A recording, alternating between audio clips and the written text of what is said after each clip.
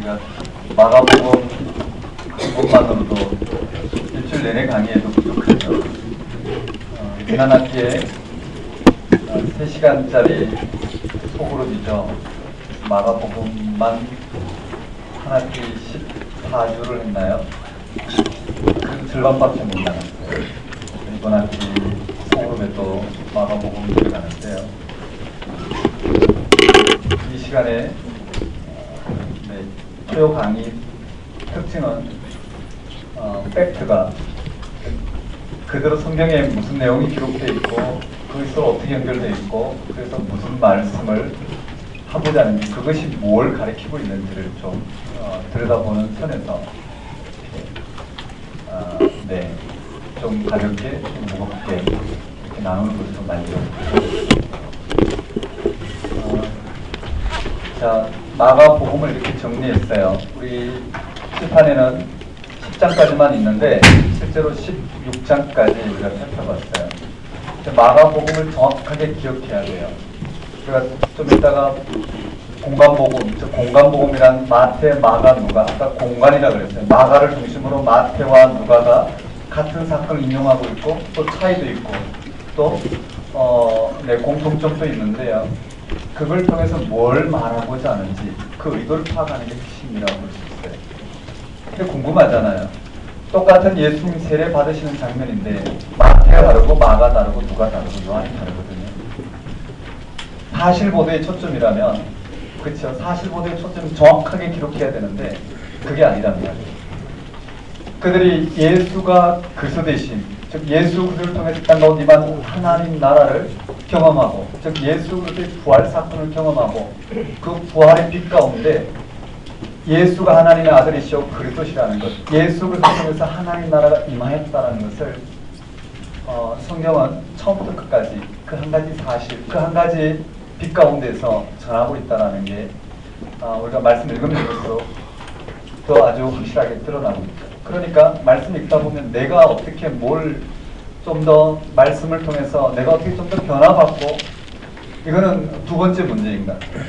도대체 하나님 오늘 우리 가운데 무엇을 이루셨느냐, 그걸 실제로 받아들이고 그게 참여함으로 말미암아 하나님의 은혜로 말미암아 우리 이 땅의 삶이 전혀 다른 예수를 통해서 임한 그 생명의 사건을 받아들이고 그 생명 앞에 온전히 반응하고 그 생명에 그 하나님의 통치에 순종하고 실제로 삶의 토대로 삼느냐 아니냐, 여기에 초점이 맞춰져 있는 것 같아요. 예를 들어보면 새로운 피조물이라 뭘까요? 거짓말하는 사람이 좀 정직해지면 새로운 피조물이 될까요?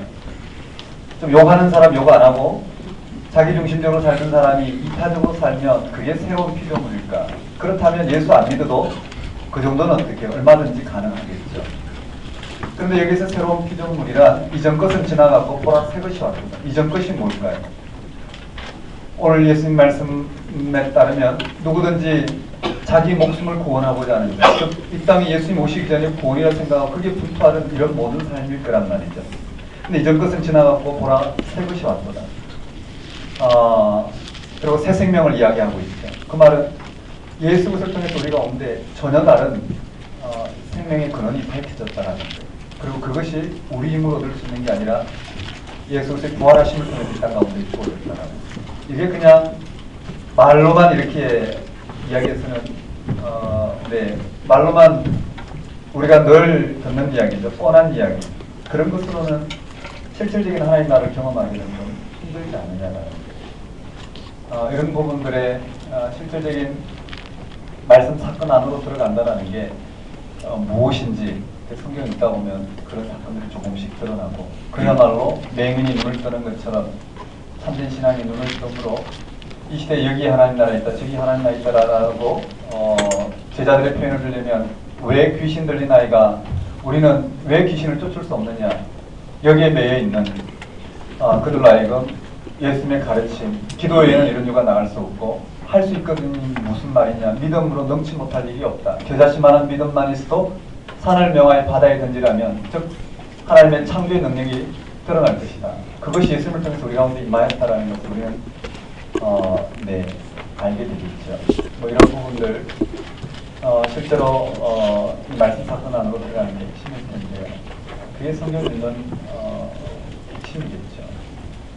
성경이 그쵸? 성경은 예수를 통해서 이 땅 가운데 임하신 그 온전한 하나님의 통치 하나님 나라, 그것이 얼마나 사실이고 분명한지를 경험하고 사도들이 우리 가운데 그를 증거하고 있고, 부활의 영, 생명의 영은 오늘 우리 하여금 그 자리를 불러주시고 그게 무슨 사건인지 말씀을 들어서 끊임없이 경험하게 하시고 그 세계 안으로 추진하고 있다.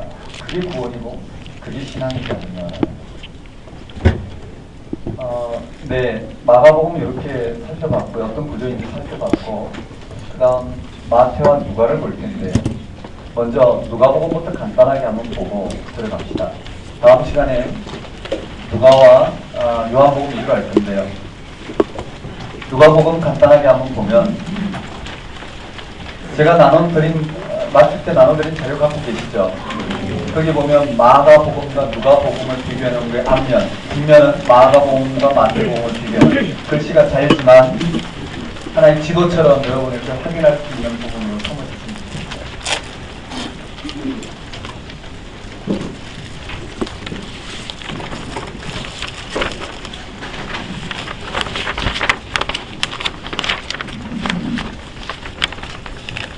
누가복음은 마태, 마가, 누가, 요한 중에 가장 분량이 많아요. 장수는 24장까지 있지만 실제 내용은 굉장히 많죠. 그러니까 마가복음을 이렇게 공부했어요. 누가복음으로 들어가면 거기 있듯이요. 마가복음 순서에 누가가 숨기는 그 공동체, 그 회중들에게, 청중들에게 하나님 나라가 무엇인지, 예수님을 통했지만 하나님 나라가 무엇인지를 전하고 싶은 내용을 어떻게 더 추가를 했어요. 추가를 하되 마태와 같이 전체를 새롭게 구성한 게 아니라 누가는 마태의 이 순서에 앞에, 뒤에, 가운데, 앞에, 가운데 네, 이렇게 삽입을 했어요. 그 내용을 삽입을 했다고. 이 말 이해되시나요? 그럼 제가 이렇게 한번 볼게요. 여기에 간단하게 보면 세례 요한, 세례 받으신 예수님, 시험 받으신 예수님, 그 다음에 중풍병자, 세리, 금식, 밀리삭, 손마른 자, 12제자 부르심, 이런 사건이 어디까지 나오냐면 3장부터요. 한번 보면 3장에 세례 요한 설교 나오죠. 맞죠? 그 다음에 예수님의 세례 받으신 사건 나오죠. 그 다음에 계보 사건이 여기 추가되어 있고, 시험, 갈릴리 전도, 나사렛 설교, 더러운 귀신 들린 사람, 베드로 장모 고친 사건, 내 제자 부르신 사건, 또 나병 환자 깨끗해진 사건, 중풍, 세리, 금식, 밀리사, 손마른 자, 그 다음에 12사도 부르심, 이렇게 되어 있단 말이에요. 이해되시겠죠? 자, 저를 잠깐만 보실까요? 마가복음은 예수님을 따르는데 실패하고 있는 그들에게, 그쵸? 이 제자들의 무지, 즉 예수가 그리스도 되심을 통해서 이 땅 가운데만 하나님 나라가 무엇인지를 바라보지 못하고, 예수 그리스도의 십자가 죽음과 부활 사건을 통해서만 하나님 나라를 도무지 어떻게 해요? 알지 못해 여전히 예수님을 따르는 데 실패하고 있는 그들에게 예수님을 통해서만 하나님 나라가 무엇과 같고, 그 다음에 그 하나님 나라가 어떻게 임하였는지, 그 성격이 무엇인지를 들려주고, 그들로 하여금 눈을 뜨게 해서 예수님을 온전히 따르도록 전하는 것이 마가복음이라면, 누가복음에는 그것보다는 어떻게 좀 느슨해 있다고, 그것보다는 예수님을 통해서 이 땅 가운데 하나님 나라가 임하였다는 자체에 어떻게 초점 맞추고 있어요. 마가복음은 제자들이 무지에 초점 맞추고 있다면, 누가복음에는 어떻게 해요? 도대체 예수가 누구이고 그를 통해서만 하나님 나라가 무엇인지 모르는 것들에게 그게 무엇인지를 전하는데 초점을 맞춰주고 있어요. 이 말씀 이해되시죠? 그래서 이런 마가복음에 나오는 긴장감이 많이 다 떨어지지만 더 풍성한 하나님 나라에 대한 이해들이 어떻게 예수님의 삶과 사역을 통해서 전해지고 있어요. 자, 거기에 3장부터 나와요. 여기 3장부터 세례 요한에, 여기 보면 한번 따를까? 세례 요한에. 네, 세례 요한이 나와요.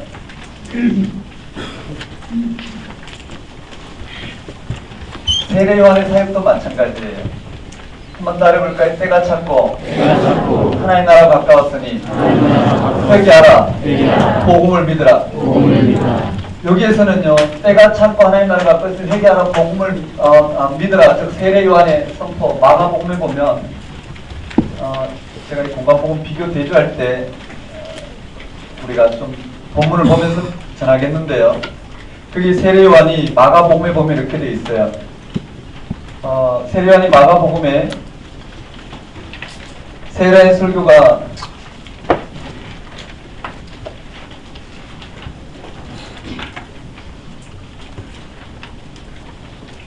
세례요한의 설교가 마가복음에서 보면 죄사함을 받게 하는 회개의 세례를 전파하니, 그리고 세례요한이 그와 같이 세례요한이 마태복음에 보면 이렇게 되어 있죠. 마태복음 회개하라 천국이 가까이 왔느니라. 그럼 마가복음에는 회개의 세례를 베풀었다 전하고 있어요. 한번 따라볼까요? 회개의 세례. 세례요한이 회개의 세례를 선포했죠. 예수님 앞에 예수님을 통해서 정말 하나님 나라를 세례요한이 선포했는데 그것이 회개의 세례를 전파했다라는 거예요. 그런데요. 누가복음에서는 예를 들어 보는 거예요. 그 청중들이 누구냐면은 이방인들이라는 말이에요. 대체적으로 이방인들이기 때문에 세례 요한을 통해서 선포된 그런 회개의 세례, 하나님 나라가 무엇인지를 잘 모른다는 말이죠. 그러니 세례 요한을 통해서 선포된 하나님 나라가 무엇인지를 길게 더 어떻게 부연 설명해 놓은 것이 뭐라고요? 누가복음에 나온다라는 거예요. 같은 내용인데 어떻게 차이가 나요? 그런 정도로 우리가 이해하면 될 것 같아요. 한번 따라볼까요? 세례 요한의 설교. 다시요. 세례 요한. 자, 누가복음에 하나씩 흐름을 따라보면 세례 요한의 설교가 나와요. 그 특징을 또 비교해야 되겠지만 넘어갈게요. 한번 따라볼까요? 세례 요한. 그 다음에 세례 받으신 예수님. 자, 세례 요한 다음에 장 구분 없이 한번 봅시다. 한번 따라볼까요? 세례 받으신 예수님. 간단하게 한번 써볼게요. 그 다음에 시험 받으신 예수님이 나오죠. 그 4장에 나와요. 한번 따라볼까요? 시험 받으신 예수님. 흐름은 같아요. 내용은 좀 추가되고 빠질 거 빠졌는데 여기서부터요. 여기 1장 2절부터 언급된 이 내용이 그대로 따라간단 말이에요. 흐름을 한번 적어볼게요. 비교하면서 여러분들이 실제로 보셔야 돼요. 한번 따라볼까요? 세례 요한. 세례 받으신 예수님. 시험 받으신 예수님. 그런데 여기에 뭐가 언급되어 있냐면 세례 받으신 예수님의 계보가 나와요. 세례 받으시고 시험 받으시면서 어떻게 해요? 세례 받으시고 시험 받으시면서 예수님이 하나님의 아들, 그를 통해서 하나님 나라가 임하였다는 걸 드러내면서 누가복음에 뭐가 나오냐면 예수님의 계보가 나온다고. 그 예수님이 누구시냐라는 거예요. 누가복음의 관심은 마가복음하고 좀 다르죠. 마가복음은 이미 어떻게 해요? 예수님이 누구신지에 대한 전 이해들이 있어요. 근데 누가복음의 청중들은요, 그런 데 대해서 굉장히 무지해요. 한번 따라볼까? 예수님의 계보. 여기 예수님의 족보가 나와요. 여기에 예수님의 계보가 이렇게 더 추가되어 있고 나머지는 순서가 같아요. 시험 받으시고 예수님 어디로 가시나요? 갈릴리로 가셔요. 한번 따라볼까요? 갈릴리. 자, 예수님께서 갈릴리로 가셔요. 흐름을 좀 봅시다. 자, 예수님께서 갈릴리로 가셨는데 이 흐름 비교는 여러분들이 하시면 돼요. 간단하게 정리가 되는데요. 자, 마가복음을 그대로 보고 갈릴리로 가셔서 마가복음은 뭘까요? 하나님 나라를 선포했다고 그래요. 때가 찼고 하나님 나라가 가까웠으니 회개하라, 복음을 믿으라. 그런데요, 누가복음에서 회중들에게 하나님 나라에 대한 이해가 없는, 즉 유대교에서 이야기하고 그들이 이야기하는 이런 하나님 나라에 이해가 없는, 그리고 마가복음에서는 이미 어떻게 복음이 전해졌고 이미 그 예수 그리스도를 고백하고 하나님 나라를 받아들이고 실제로 어떻게 해요? 교회 공동체를 구성하고 있는 그들에게 예수님이 누구신지를 다시 한번 변정함으로 그들이 온전히 예수 그리스도를 받아들이고 그를 통해서 임한 하나님 나라를 받아들이고 그 하나님 나라를 변정하도록 다시 한번 어떻게 해요? 복음을 전하고 있다면 누가복음은 뭘까요? 한 번도 복음을 듣지 못한 이방인들에게 예수 그리스도로 임한 하나님 나라가 무엇인지를 전하고 그런 하나님 나라에 대한 이해가 잘 없는 그들에게 복음을 전한다 했을 때 이 때가 찼고 하나님 나라가 가까웠으니 회개하라, 복음을 믿으라, 이 말이 도대체 무슨 말인지 잘 모를 거란 말이에요. 그리고 예수님께서 이 갈릴리 가서 사역하시는데 누가복음에 보면 이 마가복음하고 많이 차이가 나요. 한번 따라볼까요? 갈릴리에서 한번 볼까요? 누가복음 간단하게 한번 펼쳐보실래요?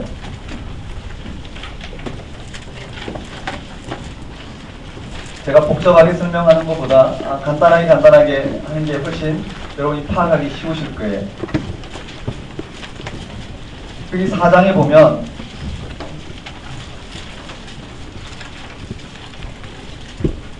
4장 14절에요. 예수님 시험 받으신 장면 나오고 14절 예수께서 성령의 능력으로 갈릴리에 들어가시니 소문이 사방에 퍼졌고 친히 여러 회당에서 가르치시며 무사람에게 칭송을 받으시더라. 이렇게만 정리되어 있어요. 여기에 갈릴리 가서 때가 찼고 이 나라 가까워서 회개하라 복음을 믿으라. 그럼 내 제자를 부르면서 버림과 따름을 통해서 하나님 나라가 어떻게 임하였는지 유대교와 비교해서 예수님을 통해서만 하나님 나라가 무엇인지 드러났다는 누가복음은 갈릴리에서 예수님께서 가르치셨다라는 거예요. 한번 따를까? 갈릴리에서 예수님께서 사역하셨는데 그 사역의 내용이 무엇인지를 긴 설교 본문으로 여기에 하나님 나라가 무엇인지 예수님에게 임한 하나님 나라가 무엇인지 긴 설교 본문으로 소개하고 있는 게 뭐라고요? 즉 마태, 마가에 없는 내용을 길게 설명하고 있어요. 한번 따를까? 나사렛 설교. 흔히 나사렛의 취임 설교라고 해요. 예수님이 하나님 나라를 선포하면서 여기 하나님 나라라고 이야기했던 그 하나님 나라가 무엇인지를 길게 어떻게 해요? 설명하고 있다. 구약을 인용했어요. 한번 따를까요? 하나님 나라, 나사렛 설교. 자, 나사렛에서 나사렛 설교가 언급돼요. 긴 본문이 언급되죠. 이해되시겠죠? 어떤 흐름인지만 보셔요. 나사렛에서 설교하면서 그리고 여기에 나사렛에서 배척당했다는 게 여기 나와요. 그런데 이 배척이 나사렛 설교 이후에 배척한 내용으로 연결돼서 이렇게 나와요. 한번 따를까? 나사렛의 배척. 이렇게 돼요. 자, 요게 누가복음의 특징들이 이렇게 언급돼요. 한번 따라봅시다. 나사렛 설교. 그럼 나사렛에서 예수님에게만 하나님 나라가 무엇인지 실제로 예수님께서 어떻게 구약의 이사야 61장인가요? 말씀을 인용해서 선포하는 내용들이 나와요. 자, 그렇게 정리하고는요. 그리고는 이 하나님 나라 내 제자, 여기는 하나님 나라가 내 제자 부르신 예수님 하나님 나라 선포와 내 제자 부르신 사건을 통해서 하나님 나라가 무엇과 같은지를 전하는 게 목적이었다면 누가는 그런 부분에서는 약간 긴장감이 떨어지고 있다고 봐요. 자, 한번 따라해 볼까요? 갈릴리에서. 네, 갈릴리에서 사역하는데 갈릴리 나사렛에서 이와 같은 설교문을 통해서 예수님이 갈릴리의 나사렛에서 들어오신 하나님 나라가 무엇인지를 전하고 있답니다. 거기서 배척당했어요. 이 사건 이후에 예수님은 어떻게 해요? 갈릴리 그 후에 여기에 갈릴리 가버나움에서 행하신 이 말씀들이 여기 언급돼요. 갈릴리 가버나움에서 실제로 예수님이 그리스도시요 그를 통해서만 하나님 나라가 무엇인지를 드러내는 이 사건들이 계속해서 언급되는 거예요. 별 차이가 없죠. 특징 몇 가지 외에는 차이가 없어요. 1학기 때 들으신 분들은 멍하게 있으면 안 되죠. 이 머릿속에 다 들어가 있어야 돼요. 그 정리가 되면서 이런 사건을 통해서 확보가 돼야 되겠죠. 한번 생각을 해보셔요. 우리가 평생의 신앙생활을 하잖아요.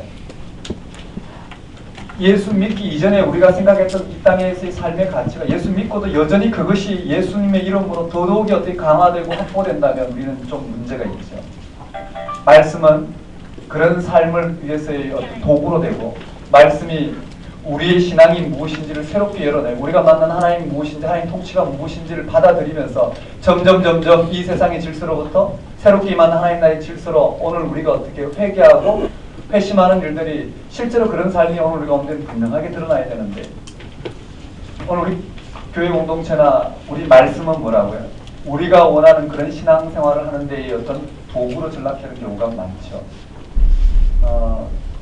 이것은 네, 이 시대 신앙의 특징이지 않을까 그렇게 생각해요.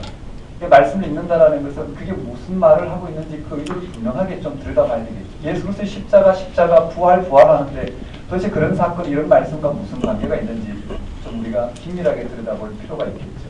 그런 의미에서 성경을 이와 같이 한 번은 정리한다는 건 의미가 있지 않을까 생각합니다. 여기도 마찬가지. 이런 정도의 특징은 조금만 읽으면 쉽게 잡히는 부분들이 있죠. 자, 지금 제가 누가복음의 특징을 몇 가지 말씀드리고 있어요. 그리고 배척당한 이후에 요거는 하나님 나라를 선포한 저기 갈릴리 사람을 선포한 그 형식을 이와 같이 누가복음에는 조금 더 긴 설교 본문으로 직접적으로 하나님 나라가 무엇인지를 그 내용을 담아서 설교했더라. 그 정도 보고요. 그 다음에 어떻게 해요? 가버나움 회당에서 더러운 귀신 들린 사람 가르침은 이미 여기서 드러났고요. 이게 가르침을 대신하는 거죠. 그 다음에 거기서 언급되는 더러운 귀신 베드로 장모 고친 사건 이런 사건들이 쭉 언급되어 있어요. 나병 고친 사건부터요. 그래서 그 흐름들을 쭉 잡아보면은요. 이렇게 잡아볼까요?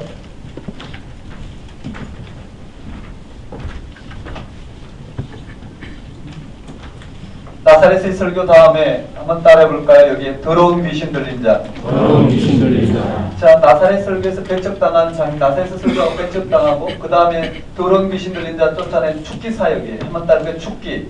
이 사건 이후에 예수님은 축기 사역이 그대로 들어오고 그 다음에 치유 사역이 그대로 들어와요. 한번 따라해볼까요? 치유. 베드로 장모 고친 사건이 그대로 들어오죠. 그 다음에 많은 병자를 고쳤더라 정도가 들어오고요. 그 다음에 나병 사건이 들어와야 되는데 그 사이에 뭐가 들어오냐면은요, 네 제자 부르신 사건이 나와요. 왜 그랬을까?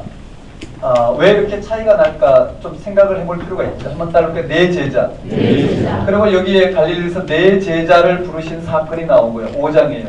한번 따라볼게요. 네 제자 부르신. 그 이후에 나병 고친 사건이 나와요.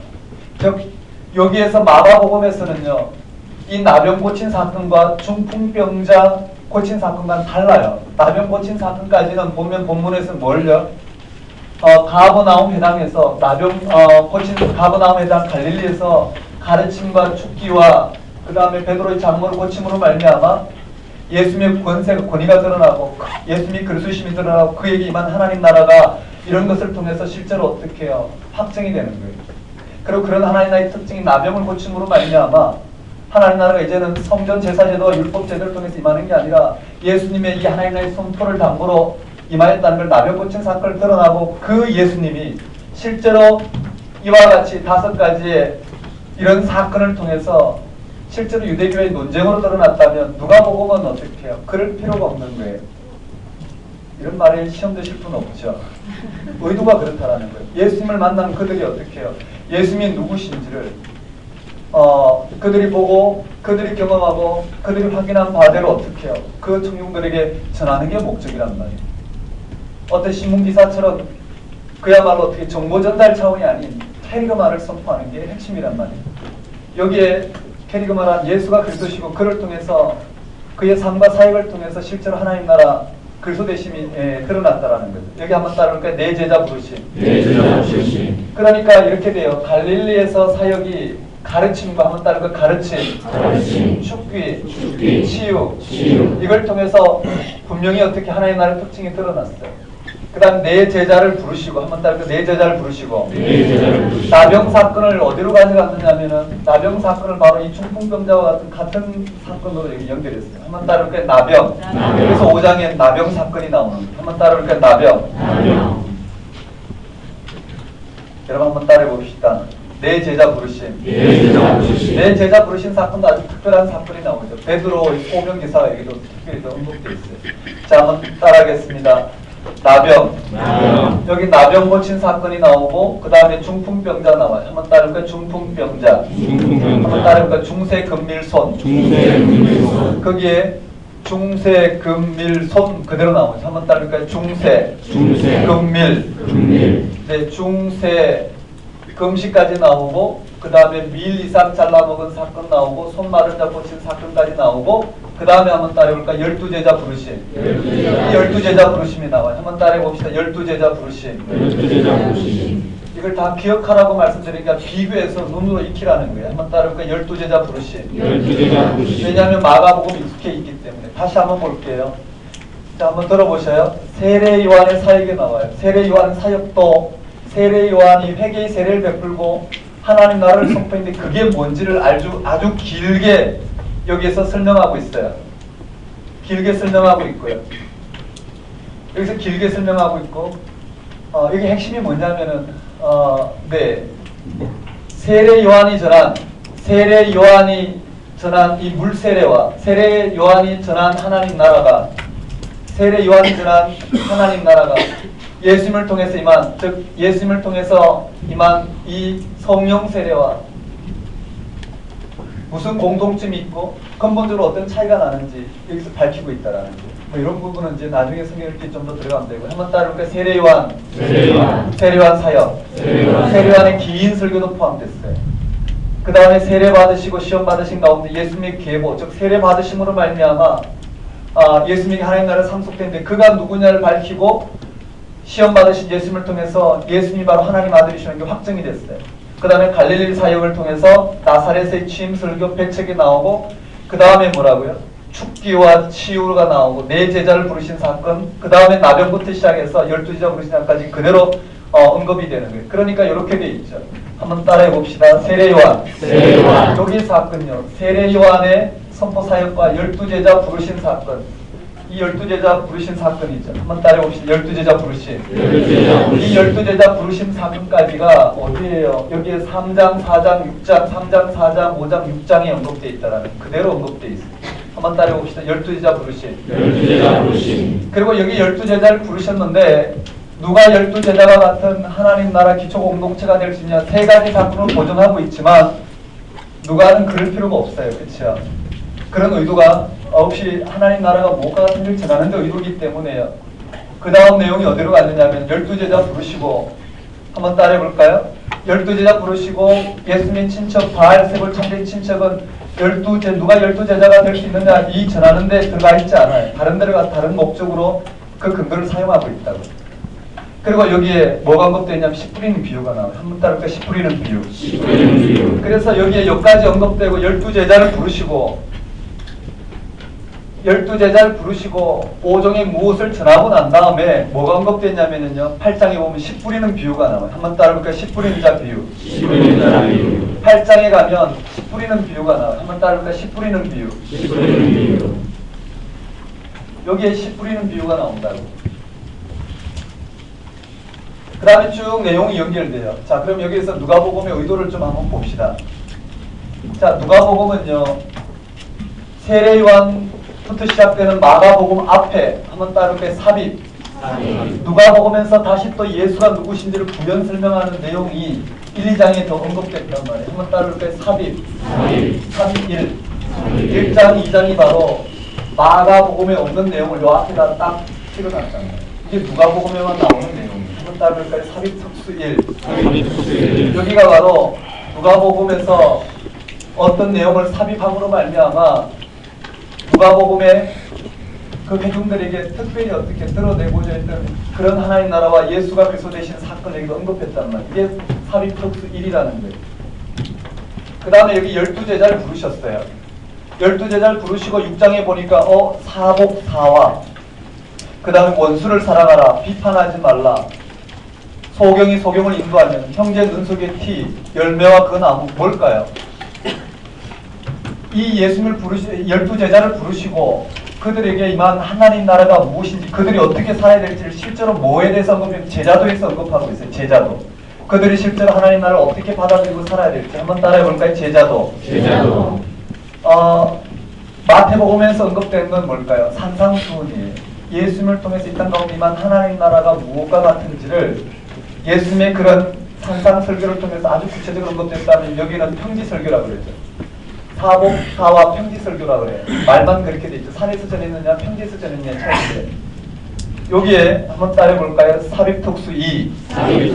여기에 12제자를 부르시고 이 12제자에게 예수님께서 하나님 나라가 무엇인지를 가르친단 말이에요.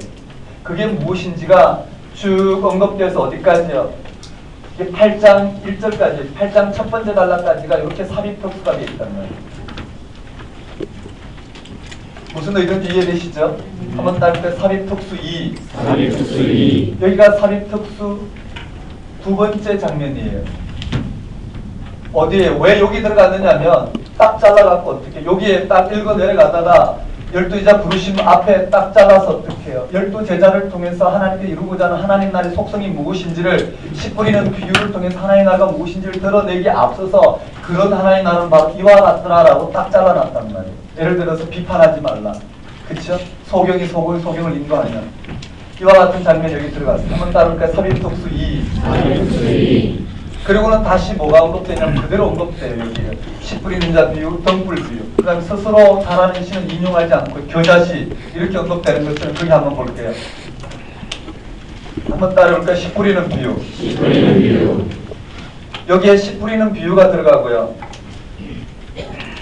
그대로 가져오면 되죠. 씨 뿌리는 비유가 들어가고, 그 다음에 등불 비유가 들어가고, 그 다음에 겨자씨 비유 하고 뒤로 넘어갔어. 한번 따를까? 씨 뿌리는 비유, 등불 비유. 그 다음에 여기에 뭐가 언급되어 있는지 여기에 빠졌던 예수님의 친척은 미쳤다는 이야기는 누가복음에서는 경망스럽죠. 그 의도가 하나님 나라와 그 의도를 드러내기는 너무 경망스럽다 생각했던 것 같아요. 바알세불 논쟁은 다른 데로 가 있고요. 그 다음에 참된 친척이 남았어요. 이 참된 친척을 여기다 가져와서 하나님 나라가 무엇인지를 드러내는데 결정적이잖아요. 맞죠? 누가 하나님 나라 기초 공동체가 될 수 있느냐의 핵심이고 나머지는 어떻게 해요? 부정적인 부분을 가져왔기 때문에 이걸 가져왔어요. 한번 따라볼까요? 참된 친척. 참된 친척. 여기에 예수님의 친척, 참된 친척에 대한 내용이 여기 들어와 있어요. 이게 뭘까요? 12제자를 부르시고 그를 통해서만 하나님 나라가 무엇인지, 이 제자들이 예수님을 따른다는 게 무엇인지를 이 삽입특수 2로 설명하고는, 그리고 그를 통해서만 하나님 나라가 무엇인지 그 성격을 설명하고 있다고요. 한번 따르고 씨 뿌리는 비유, 등불, 참된 친척. 그 다음에 여기 언급되어 있어요. 여기에 풍랑. 여기서 풍랑은 마가복음에서 예수님을 온전히 따르지 못하고 예수님을 따르다가 어떻게 당하는 시련과 고난 앞에 그들이 믿음이 없어서 갈등하고 두려워하고 있는 이런 제자들의 무지를 드러낸 데 썼다면, 여기는 그런 성격이 조금은 어떻게 해요? 완화된 상태에서 저런 본문 하나하나를 들어서 뭐라고요? 하나님 나라, 예수님을 통해서만 하나님 나라가 무엇인지를 드러내는 데 초점이라는 거예요. 제자들이 무지라기보다는. 누가복음에는 제자들이 무지한 구석들을 어떻게 많이 말씀에서 제했어요. 여기 아직도 깨닫지 못하냐 이런 말씀도 없단 말이에요. 이 말씀 이해되시나요? 여기에 순환 예고에서 제자들이 항변했더라, 무지했더라 이런 말이 없어요. 그것은 제자들이 무지를 드러내는 게 초점이 아니라 하나님 나라가 무엇인지를 드러내는 게 초점입니다. 실제로 비교 연구하다 보면 그런 특징이 나와요. 한번 따라해볼까요? 씨 뿌리는 비유, 등불, 참된 친척. 참된 친척 설명하고는 교자씨는 또 다른 데 들어가 있고요. 한번 따라해볼까요? 풍랑을 만났어요. 한번 따라해볼까? 그라사, 야이로의 딸, 혈루증 여인, 풍그야혈. 그렇게 풍그야혈 그렇게 나왔어요. 여기에 풍랑 만난 사건, 그라사 귀신 들린 사건, 야이로의 딸 고친 사건, 혈루증 여인 고친 사건까지 들어갔어요. 그 비교한 것 한눈에 보면 쉽게 이해될 것이에요. 한번 따를까? 풍그야혈. 그렇게 돼 있어요. 자, 혈루증 여인까지 설명했고요. 그 다음 넘어가 뭐라고요? 한번 따를까? 나사렛 배척. 나사렛 배척은 어떻게? 나사렛 취임 설교로 가서 거기에서 연결돼 있죠. 맞죠? 그럼 남은 게 뭘까? 12제자 파송. 한번 따를까? 12제자. 그 12제자 파송 받는 장면이 있어요. 그게 8장인데요. 9장인데요.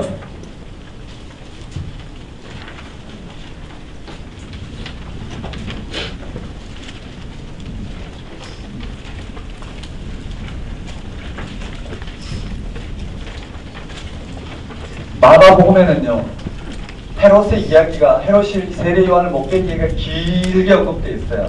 가장 길어요. 근데 누가복음에서 몇 줄 안 돼 있어요. 헤롯이 두려워하여 어떻게 해요?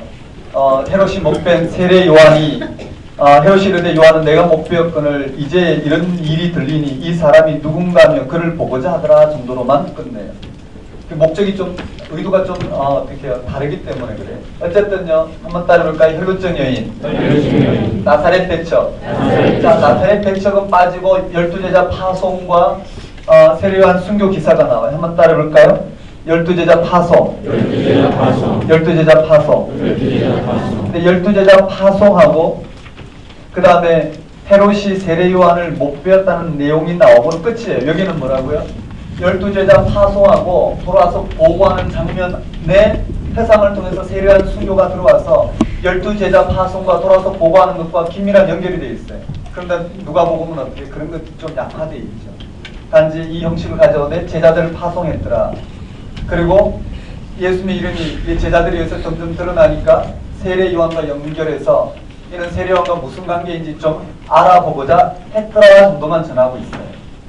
자, 한번 따라해볼까요? 9장에 한번 따라하겠습니다. 12제자 파송.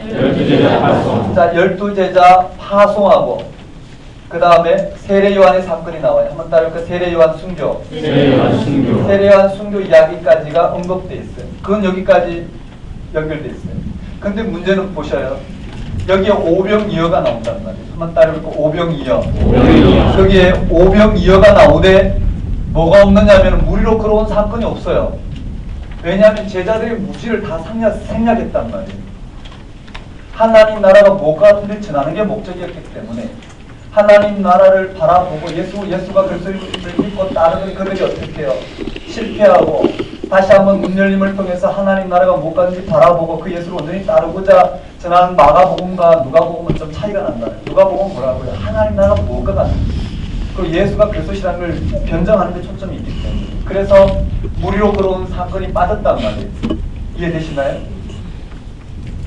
이해되시죠? 예. 그 다음에 여기에 오병이어는 유대인들에게, 칠병이어는 이방인들에게 전해졌어요. 그런데 누가복음은 아예 어떻게 해요? 이방인 유대인 관계없이 이미 온 세상에 예수님은 온 세상이 그리스도로 오셨다라는 게 이미 그걸 전제를 하고 있기 때문에 두 사건을 구별할 필요가 없었어요.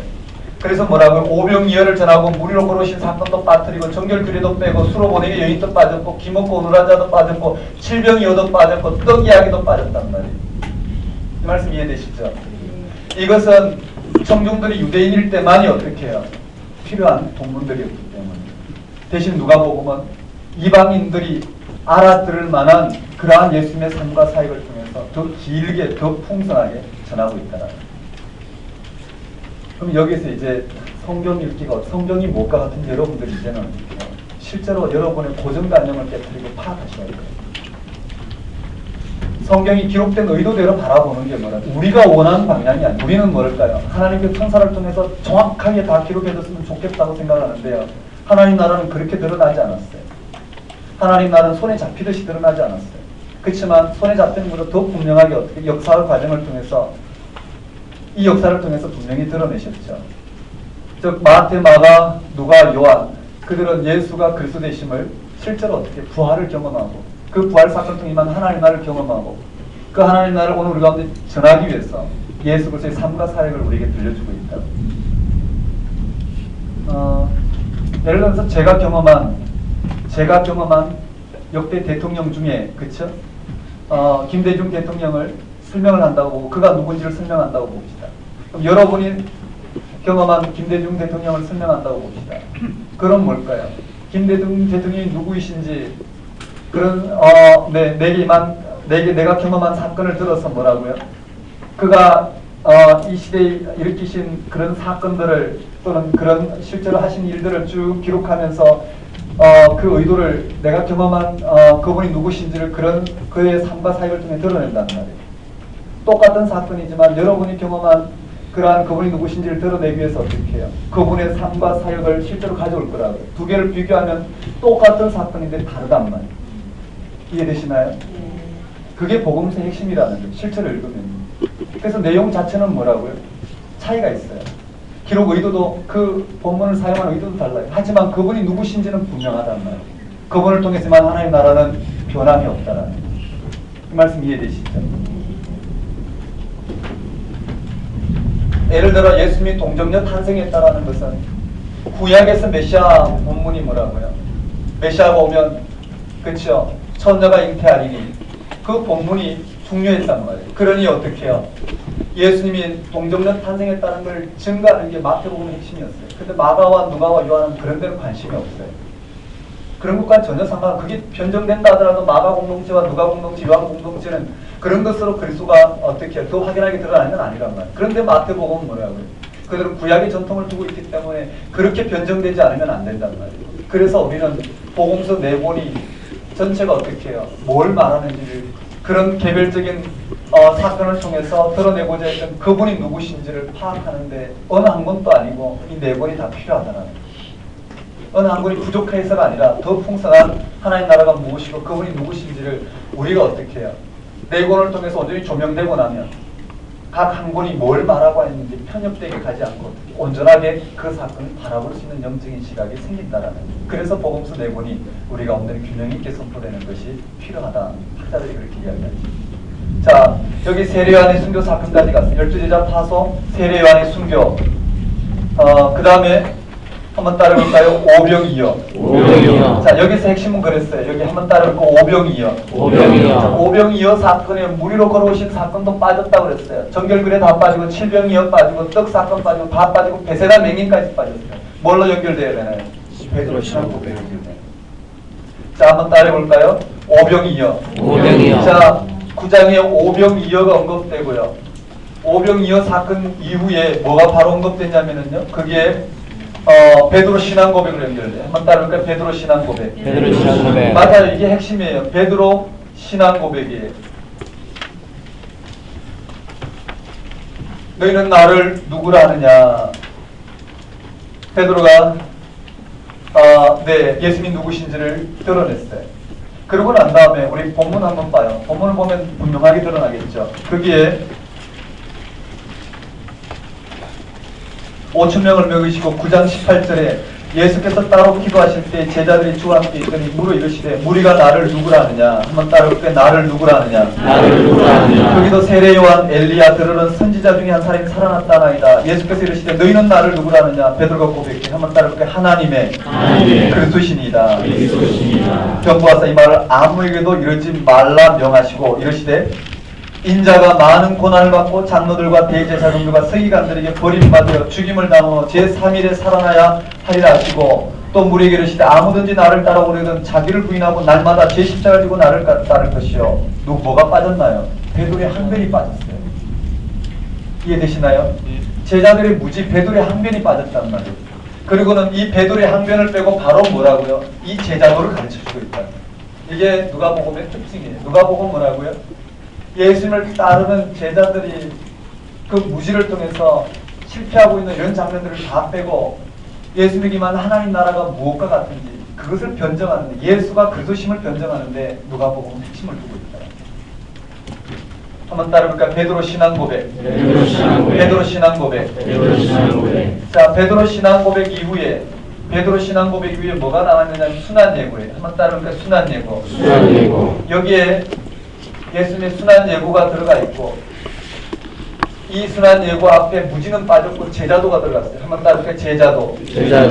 이 예수님을 받아들이려면 어떻게 해야 되는지 그 해답만 들려주고 있어요. 한번 따라볼까요? 베드로 신앙 고백, 순환 예고, 제자도. 그게 9장의 내용이에요. 그 다음에 다시 또 변화산 사건 언급되죠. 한번 따라볼까요? 변화산. 귀신 들린 아이. 이 내용이 같이 묶어서 쭉 연결돼요. 한번 따라볼까요? 변화산. 귀신 들린 아이. 2차 순환 예고. 제자도. 맞아요. 2차 순환 예고 다음에 제자도가 언급되어 있어요. 지금 어떤 흐름인지 이해되시죠? 빠르게 한번 볼게요. 한번 따라해볼까요? 베드로 신앙 고백. 1차 순환 예고. 제자도. 그 다음에 제자들의 무지를 드러내고 있는 변화산 사건 귀신 들린 아이가 이루어졌어요. 한번 따라해볼까요? 변화산. 귀신 들린 아이. 그 다음에 2차 순환 예고. 맞아요. 2차 순환 예고가 들어가요. 그 다음에 한번 따라해볼까요? 제자도라 할 것 없지만 그 내용들이 여기 포함되고 있단 말이에요.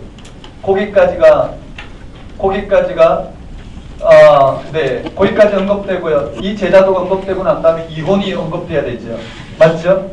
이혼 문제는 어떻게 해요? 이 율법을 가지고 다루는 거란 말이에요. 율법을 가지고. 이 말 이해되시죠? 율법을 가지고 이혼 자체가 아니라 이혼에 관련된 말씀을 가지고 어떻게 해요? 유대교에서는 이렇게 하나 예수님은 이렇게 말씀하신다라는 거예요. 한번 따라해볼까? 이혼. 그러니까 이거는 마태와 누가 공동체만 필요하고 아니 마태와 마가 공동체만 필요하고 이방인들에게 필요하지 않아요. 율법을 근거로 살아가는 그들이 아니기 때문이에요. 그럼 이 부분은 빼고 어린아이 교훈부터 들어갑니다. 한번 따라볼까? 어린아이. 부자 청년. 제자들의 보상. 이 어린아이 교훈이 어디로 가냐면 이제는 18장으로 넘어간단 말이에요. 여기에 제자도까지 이야기하고 10장에 언급되는 이 어린아이 그 다음에 이 부자 청년 제자들의 보상 문제는 저기 몇 장으로 넘어가냐면 18장으로 넘어가요. 18장에 한번 따라해볼까요? 어린아이. 여기에 어린아이가 언급되고 18장에 어린아이가 언급되고 한번 따라해볼까요? 제자들의 보상. 부자 청년. 여기에 부자 청년이 언급되고 한번 따라해볼까요? 제자들의 보상. 그리고 18장에 세 번째 순환 예고예요. 한번 따라해볼까요? 순환 예고. 세 번째 순환 예고가 언급되고 마지막에 한번 따를까요? 누가 크냐? 누가 크냐? 여기 누가 크냐는 네. 누가 크냐는 논쟁이 빠졌죠. 네. 그게 18장에 보면 어린아이, 부자, 그 다음에 세 번째 순환 예고, 맞죠? 예. 그리고 이 누가 크냐는 논쟁이 여기서 빠졌어요. 왜냐하면 제자들이 무지를 드러내는 게 핵심이 아니기 때문에. 이해되시죠? 이 내용이 빠지고 바로 뭐가 나오냐면은 저기에 바디메오 맹인이 나와요. 그걸 여리고 맹인으로 언급돼 있어요. 한번 따를까? 여리고 맹인. 바디메오 이름이 빠지고 어떻게 해요? 여리고에 있는 맹인이 언급돼요. 한번 따를까? 여리고 맹인. 자, 고친 사건. 제가 큰 흐름을 이렇게 봤어요. 누가복음답게 정말 그가 의도하는 것을 해석을 해야 될 거예요. 우리 마가복음 하듯이. 근데 그렇게 하면 너무나 복잡하니까 그렇게 하지 않고 마가복음의 길에서 전체 내용을 파악했어요. 자, 여기에 제자도를 언급했단 말이에요. 두 번째 제자도와 세 번째 사이의 순환예고 사이에 두 번째 왜 그렇게 의도했는지는 우리가 읽어보면 또 드러나겠지만 한번 따라볼까요? 순환예고 2차 순환예고 제자도. 그 후에 뭐라고요? 네, 예수를 따른다는 게 도대체 무엇인지를, 즉 예수를 따른다는 게 무엇인지를, 즉 예수 그리스도에게만 하나님 나라가 도대체 무엇인지를 긴 본문으로 9장 50 몇 절인가부터 긴 본문으로 그것을 특별히 어떻게 마가에 나오지 않는 누가복음의 내용으로만 구성되어 있어요. 그게 9장 한번 따라볼까요? 사마리아 동네. 여기 예수님을 따른다는 게 무엇인지요? 여기에 한번 따라해 봅시다. 2차 순환예고.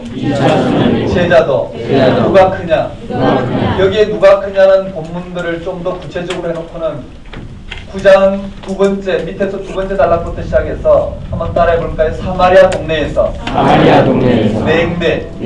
즉 예수님이 어떻게 해요? 이와 같이 하나님 나라를 드러냈지만 여전히 어떻게 예수님을 냉대하는 장면에서 그 다음 내용이 뭐냐면 예수를 따른다는 게 무엇인지 세 부류의 사람을 통해서 설명하는 것을 통해서 예수님이 이 갈릴리 지역에서 예루살렘으로 올라가는 긴 본문이에요. 지금 여기서부터 갈릴리에 지나서 사마리아가 나와요. 한번 따라볼까요? 사마리아.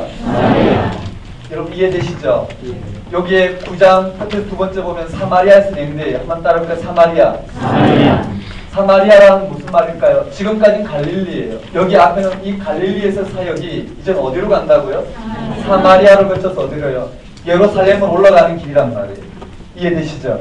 예루살렘 올라가는 길에 이 사마리아를 거쳐서 쭉 시작된 본문이요. 9장부터 18장까지 연결돼요. 여기 9장부터 18장 이 어린아이 비유 앞까지요. 여기까지 언급되는 거예요. 이 긴 본문 나눠드린 자료처럼 한번 따라해 볼까요? 사립특수 3. 이게 사립특수 3이 나와요. 여기는 주로 뭐라고요? 이방인들에게 전하는 특징이 있다. 즉 마태와 마가는 뭘까? 율법을 토대로 그들이 이미 하나님 나라의 표상이 있었고 그리스도에 대한 표상이 있었는데 그런 부분에서 예수 그리스도의 십자가 죽음과 부활 사건을 통해서만 하나님 나라가 무엇인지를 변정하고 드러낸다면 누가복음은 그렇지 않단 말이에요. 누가복음은 율법의 토대가 아닌 일반 오늘 우리 이방인의 삶의 토대를 통해서 우리는 뭐라고요? 소유를 통해서 이 땅의 구원을 맛보고 소유를 통해서 뭔가 우리의 존재를 맛보려고 하는 것부터 예수님 뭐라고요? 하나님 나라는 이 소유에 있지 않고 하나님 나라는 이 소유에 있지 않다는 거예요. 그러므로 뭐라고요? 어리석은 부자에서 하나님께 부여하지 못한 삶을 꼬집어서 어떻게 해요? 예수님은 그들로 하여금 하나님 나라가 무엇인지, 그들이 왜 하나님 나라에 있지 않고 그들이 영혼이 왜 그러한 불쌍한 이러한 형편이 있는지를 설명하고 있다. 그러니까 이 본문 10장부터 이 18장까지 긴 본문은 바로 누가복음에만 주로 나오는 이방인들을 대상으로 전해진 말씀입니다. 자, 그리고는 한번 따라볼까요? 어린아이, 부자 청년, 제자들의 보상, 순환예고, 여리고 맹인. 이게 18장에 언급돼요. 그리고 19장에 뭐가 언급되어 있느냐면 19장이 간단히 설명하면 거기에 예수와 삭개오가 나와요. 한번 따라볼까요? 삭개오. 여기에 19장의 본문에 삭개오 본문이 나와요. 세리장 삭개오죠. 여기도 드러내고자 하는 의도는 분명해요. 이런 의도도 오늘 우리가 어떻게 바라봐야 되냐면요. 삭개오가 왜 구원을 받았을까? 그렇죠? 뽕나무 위에 올라갔기 때문에 그렇지는 않을 거예요. 우리는 뽕나무 위에 아무도 올라간 사람이 없을 거예요. 그리고 가난한 자, 자기가 토색한 게 있으면 4배나 갚고, 맞죠? 가난한 자를 위해서 재산의 절반을 내놓겠다고 했어요. 우리는 그렇게 고백하는 것을 통해 하나님 나라를 우리는 예수가 그리스도이심을 어떻게 영접하지 않았어요. 이런 삭개오 본문을 통해서 드러내고자 하는 의도는 분명하죠. 핵심이 뭐예요? 예수님이 삭개오의 집을 방문하고 그를 영접하니 그가 구원받았더라. 구원의 주도권이 누구에게 있다고요? 예수님에게 있더라. 그 나머지는 어떻게 해요? 그것을 드러내기 위한 손가락에 불과하겠죠. 달을 가리키는 손가락이. 한번 따를까요? 삭개오. 그 다음에 삭개오 다음에 여기 열무나 비유가 나와요. 한번 따를까요? 열무나 비유. 여기 열무나 비유를 통해서도 하나님 나라가 무엇인지를 전하고 그 다음에 뭐라고? 예루살렘 입성이 들어가요. 한번 따를까요? 입성. 우리가 이유는 설명해서 한번 따를까요? 입성. 논쟁. 종말. 순환. 부활. 그렇게 연결됐죠. 요게 네, 이게 누가복음이라는 거예요. 그럼 누가복음에서는 뭘까요? 이 삽입특수 1의 내용을 기억하는 것과 삽입특수 2의 내용을 기억하는 것과 여기에 삽입특수 3에 대한 내용을 기억하는 게 핵심일 것이에요. 이해되시겠어요? 그래서 네, 이 정도 뼈대를 잡아보는 거예요. 그러면 한번 따라해봅시다. 삽입특수 1. 네. 그럼 몇 가지 마가복음의 순서를 바꿔놓은 게 있단 말이에요. 마가복음의 순서를 한 5가지 내지 6가지 정도로 바꿔놓은 내용이 있어요. 간단하게 살펴보면 뭘까요? 여기에 세례받으신 예수님과 시험받으신 예수님 사이에 예수님의 계보가 들어간 거하고요. 맞죠? 그 다음에 갈릴리 사역에서 나사렛 설교가 여기 들어갔고 배척이 여기 들어온 것. 그 다음 네 제자 부르신 사건이 죽기와 치유 이후에 들어왔다라는 것. 맞죠? 그 다음에 12제자를 부르시고 바로 여기에 참된 친척이 언급돼야 되는데 시프린자 등불비오 참된 친척 여기 들어왔다라는 것. 몇 가지 기록해놓고 보면 확인이 되는 내용들이라. 되셨나요? 그 의도가 무엇인지 우리가 살펴봐야 되겠죠. 에어컨이 꺼져버렸네. 일찍 꺼졌죠. 문 좀 열어주실래요?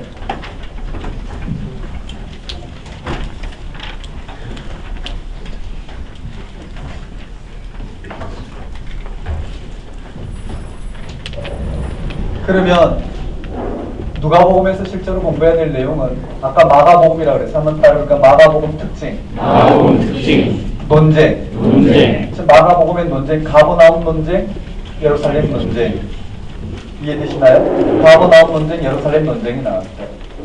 그 다음에 마가복음에 나오는 비유가 뭐고, 또 마가복음에 나오는 특수 자료가 뭐고, 마가복음에 나오는 이적, 아니 마가복음에 있는 이적, 마가복음에 있는 비유, 마가복음에 있는 이적, 마가복음에 나오는 특수 자료가 뭔지를 살펴봤어요. 그 정도만 하면 마가복음 충분해요. 그렇다면 누가복음은 뭘까요? 누가복음 많은 내용이 나오는데 삽입특수 1이 뭐고 한번 따르면 삽입특수 1, 삽입특수 2, 삽입특수 3. 이 내용이 뭔지가 파악이 돼야 돼요. 이것 우리가 해볼 건데요. 지금은 아니고요. 다음 주나 아니면 복음서 특강 한번 들어올 건데 그때 한번 다뤄보도록 해볼게요. 삽입특수 1, 삽입특수 2, 삽입특수 3을 통해서 파악을 했어요. 어떤 내용인지 파악했으면 거기에 누가복음에 하는 내용이 무엇인지를 살펴봐야 되겠죠. 삽입특수 1에 나오는 이 내용에 누가복음만 나오는 내용이 나올 거고요. 삽입특수 2 내용에 누가복음에만 나온 내용이 나오고 삽입특수 3에 누가복음에만 나온 내용이 있어요. 그리고 그 내용을 연결하면 첫 번째 한번 따르게 누가특수. 누가에만 나오는 특수 자료가 무엇인지를 우리가 파악할 수 있고요. 내용이 파악되어 있어요. 그 다음에 두 번째 이 특수 중에서 분리를 한단 말이에요. 어떻게 해요? 한번 따르면 누가복음에 나오는 특수 비유. 네, 비유가 누가복음에 나오는 비유가 무엇인지. 세 번째 한번 따르면 누가 특수, 이적. 네, 이적이 무엇인지를 확인하면 되는 거예요. 이렇게 거기 해놓은 순서대로 우리가 파악하면 돼요. 이런 부분들은 누가복음을 파악하는데도 중요하고 말씀을 분별하는 데 중요하고 이 자료나 아니면 이 자료는 다음 주 필요하신 분들은 월요일 날 아니면 좀 주문을 해서 이렇게 제작을 해놓을 테니까 필요하시면 구입하시면 될 것 같아요. 여기 앞에 보면 누가복음을 어떻게 공부해야 될지 그 항목들이 이렇게 다 표시해놨어요. 다음 시간에 우리가 공부할 때 확인하겠죠. 이 정도로 누가복음 보시면 되셨나요? 그 다음에 마태복음을 볼 거예요. 10분 쉬었다가 봅시다.